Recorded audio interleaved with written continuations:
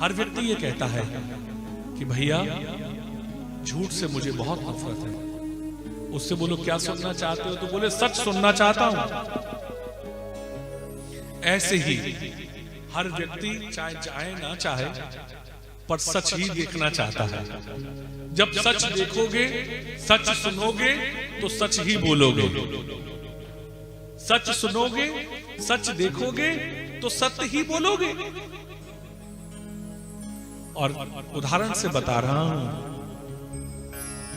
घर पे जाते हैं, आपके भी घर गए थे तो आपने क्या कहा था, पंडित जी चाय चलेगी। अब आप बताइए ये चाय कहां चल के जा रही है, आज तक गई कहीं? और कई लोग तो और भी अच्छे होते हैं, पूछते हैं चाय चलेगी कि दूध चलेगा। अब आप बताइए कितने किलोमीटर दूरी तय कर लेते जब तक चलते आते। कुछ मेहमान बहुत अच्छे होते हैं, वो कहते हैं कुछ नहीं दोनों चल जाएंगे। अर्थ क्या है? मैं केवल इस बात को इसलिए समझा रहा हूं क्योंकि हमने सुना है, किसी के घर गए सब लोग बड़े पूछते हैं, बोले चाय चलेगी चाय चलेगी। जानते हैं कि चाय कभी चलने वाली नहीं, चाय को चलाने वाला कोई होता, पर जो सुना है उसको याद कर लिया और वही बोल दिया। यही बात मैं कहना चाह रहा हूं, सच सुनो, सच देखो और सच बोलो। जीवन सरलता से जीने का सरलतम उपाय। हम करते क्या है, हम लोग क्यों बहुत लगे हैं? क्यों? क्योंकि झूठ दिख बहुत रहा है। पहले तो टेलीविजन में, आप सब जानते हैं, किसी से पूछो बोले टेलीविजन में जो नाटक हो रहा है वो एक भी बात सच है क्या? वो टोटल झूठ है, टोटल झूठ है। और वो झूठ पहले बंजारों तक था, बंजारों से नृत्यांगनाओं पर गया, और वो झूठ धीरे धीरे रास्ता तय करके हमारे बेडरूम तक पहुंचा, जिसका नाम है टेलीविजन। और आजकल तो जेब में आ गया है, आप मोबाइल में देख सकते हैं सब। आप देखिए झूठ कितना बढ़ रहा है, झूठ की गति किस तरीके से बढ़ रही है कि जो झूठ है वो हमको सत्य प्रतीत होता है।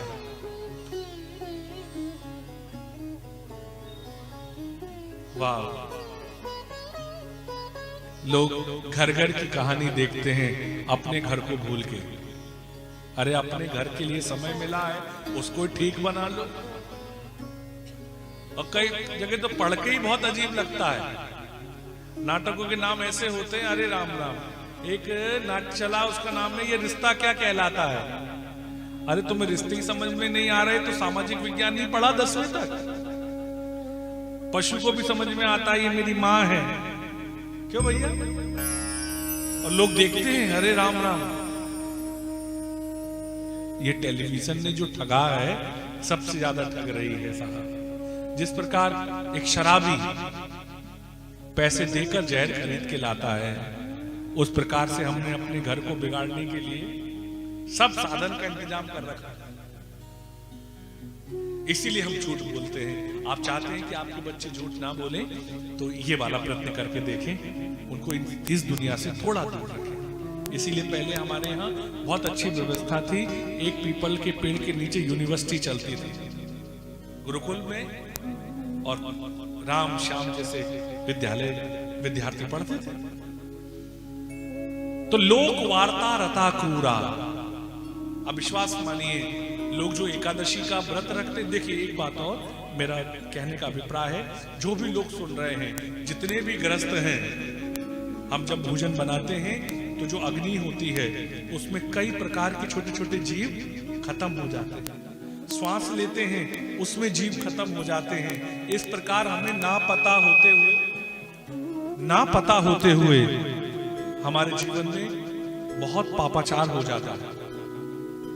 तो इन पापों से बचने के लिए जितने भी ग्रस्त हैं, मेरा उनसे निवेदन है, एकादशी का और शिव जी के जो प्रदोष का व्रत जरूर रखें।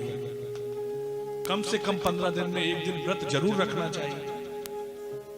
अब तो डॉक्टर भी कहने लगे हैं, व्रत व्यवस्था को, उपवास व्यवस्था को बहुत अच्छा माना। एकादशी या प्रदोष रखना ही चाहिए। और एक बात और, व्रत टूट जाता है, पंचांग में कभी पीछे देखें, हम लोग व्रत तो करते हैं, पर व्रत क्यों क्यों टूट जाता है पता है? पहला, जो पान तमाकू खाते हैं ना, उनको कोई व्रत का फल नहीं मिलता। तंबाकू खाने से व्रत कृष्णा भैया टूट जाता है। जब सोचो इतने से नशे से टूट जाता है, तो जो मंदिरा दरा पीते होंगे उनको व्रत का फल मिलता होगा। दूसरा, झूठ बोलने से व्रत टूट जाता है। तो आप बताइए कलयुग में व्रत का फल किसको मिलता होगा? और तीसरा, व्रत वाले दिन, ये जो आजकल एक नया फैशन चला है, रात को 12 बजे के बाद जो भोजन पा लेते हैं, ये बहुत गलत है। हमारे यहाँ वार का व्रत होता है, और वार प्रारंभ होता है सूर्योदय से और अगले दिन के सूर्योदय तक। कोई भी व्रत करे उसका पालन अगले दिन के सूर्योदय के बाद।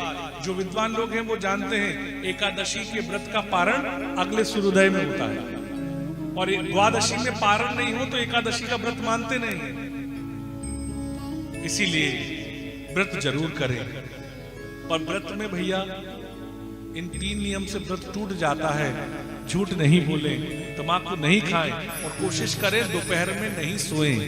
सूर्य की उपस्थिति में सोने से भी व्रत। और व्रत वाले दिन टेलीविजन बिल्कुल नहीं देखेंगे, क्योंकि जब झूठ बोलने से व्रत टूटता है तो झूठ देखने से तो तुरंत टूट जाता हो। और आजकल व्रत में लोग टेलीविजन ज्यादा देखते हैं। किसी से पूछा तो वो कह रहे थे, पंडित जी टेलीविजन देखने से क्या भूख कम लगती है? मैंने सोचा व्रत ही खत्म हो गया अब सारा। इसीलिए, और एक बात और, बात जो अभी एक बहुत बड़े चिकित्सक से मैं मिला अहमदाबाद के, तो उन्होंने मुझे बताया था कि पंडित जी आजकल जो लोगों के अंदर पाचन तंत्र की समस्या हो रही है, उसका बहुत बड़ा कारण है कभी भी टेलीविजन देखते हुए भोजन नहीं करना चाहिए। जो व्यक्ति टेलीविजन देखते हुए भोजन करता है तो उस समय हमारी जठर अग्नि का बल आंखों के द्वारा, अग्नि का ही तो प्रकाश है, कम हो जाती है, और वो भोजन शरीर में रोग देता है। तो लोग ऐसा गुण घर में बेटियों को सिखाएं, बहुओं को सिखाएं, ज्यादा दुनिया की बातें नहीं करनी चाहिए। लोक वार्तारता क्रूरा, बेटी को बहू को। खैर मनुष्य क्रोधी तो होना ही नहीं चाहिए। गृह कार्य, जो घर का काम करने में कैसी है, शूरा च गृह कृतेषु। सही बता रहे हैं, बड़ी अच्छी बात एक महात्मा कहते हैं। हम घर में जो घर मिला है ना, देखिए यही घर में उपासना हो जाएगी, और वही आप लोगों से निवेदन है, जो आपको आपके घर के कार्य मिले हैं या आपको आपकी मर्जी से नहीं मिले हैं। जैसे कि आप भोजन बनाते हैं ना, भोजन बनाते, तो भोजन बनाते समय मन में भाव ये रहे कि ये परिवार मुझे भगवान ने दिया है, और भगवान ने मुझे, और सब में सिया राम मैं सब जग जानी, तो इनको मैं भोजन, बहुत अच्छा भोजन भगवान के लिए बनाएंगे, भोग लगाएंगे, और भोग लगाकर इस घर को प्रसाद मिलेगा तो इस घर की शक्ति बढ़ेगी। तो वही भोजन बनाना उपासना हो गया। पर एक संत कथा कहते हुए बोल रहे थे, इसीलिए आप लोगों से निवेदन है, ये सबसे बड़ा आपको धुंधकारी जो धुंधली बाई में है, सूराच ग्रह कृतेषु, घर के काम करने में कलह करती हैं। और आजकल भी ऐसा ही होता है साहब, जो बहुत क्रोधी होती है स्त्रियां, क्योंकि टेलीविजन देखकर क्रोध सहज आता है, और रोटी बनाते बनाते सोचती है, लो क्या हमारा जन्म इस वजह से ही हुआ, हमारा जीवन निकल गया, कब तक आटा टूटते रहेंगे। और कला करके जब इतना बुरे मन से और क्रोध से भोजन बनता है, तो बताओ घर हल्दी घाटी का मैदान हो जाएगा कि नहीं हो जाएगा? जो पाएगा, कहने का अर्थ इतना है कि भोजन भोग से भजन बन जाएगा। बात समझे मेरी, भोजन भगवान के भोग से बनाना ही भजन हो जाएगा। आप चाहते हैं आपके घर में शांति रहे, तो जब जितने समय भोजन बनाएं, दो चीज वास्तु के अनुसार सबसे महत्वपूर्ण होती हैं, एक घर का देवालय और एक घर की रसोई। वास्तु में सबसे ज्यादा महत्व इसी का होता है। देवालय में बड़ी शांति हो तो उतनी ही शांति रसोई घर में होनी चाहिए। और जब भी भोजन बनाए भगवत नाम से और बहुत अच्छे मन से बनाए, तो आपका बनाया हुआ भोजन ही आपकी उपासना हो जाएगी। घर का काम कभी बोझ समझ के नहीं करे। अगर घर को या घर के काम को तुमने बोझ बना लिया, तो भैया पशुओं पे सब कुछ है पर घर नहीं है। घर है क्या? तो भगवान कहेंगे जब तुझे घर में सुख है ही नहीं, तो फिर अगले जन्म में पशु बनना पड़ेगा।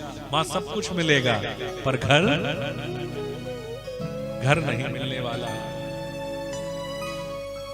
सूराजग्रकृत्येषु कृपणा कलप्रिया। बहुत कंजूस नहीं होना चाहिए और कलह प्रिया नहीं होना चाहिए। बात बात पे कलह नहीं करना चाहिए।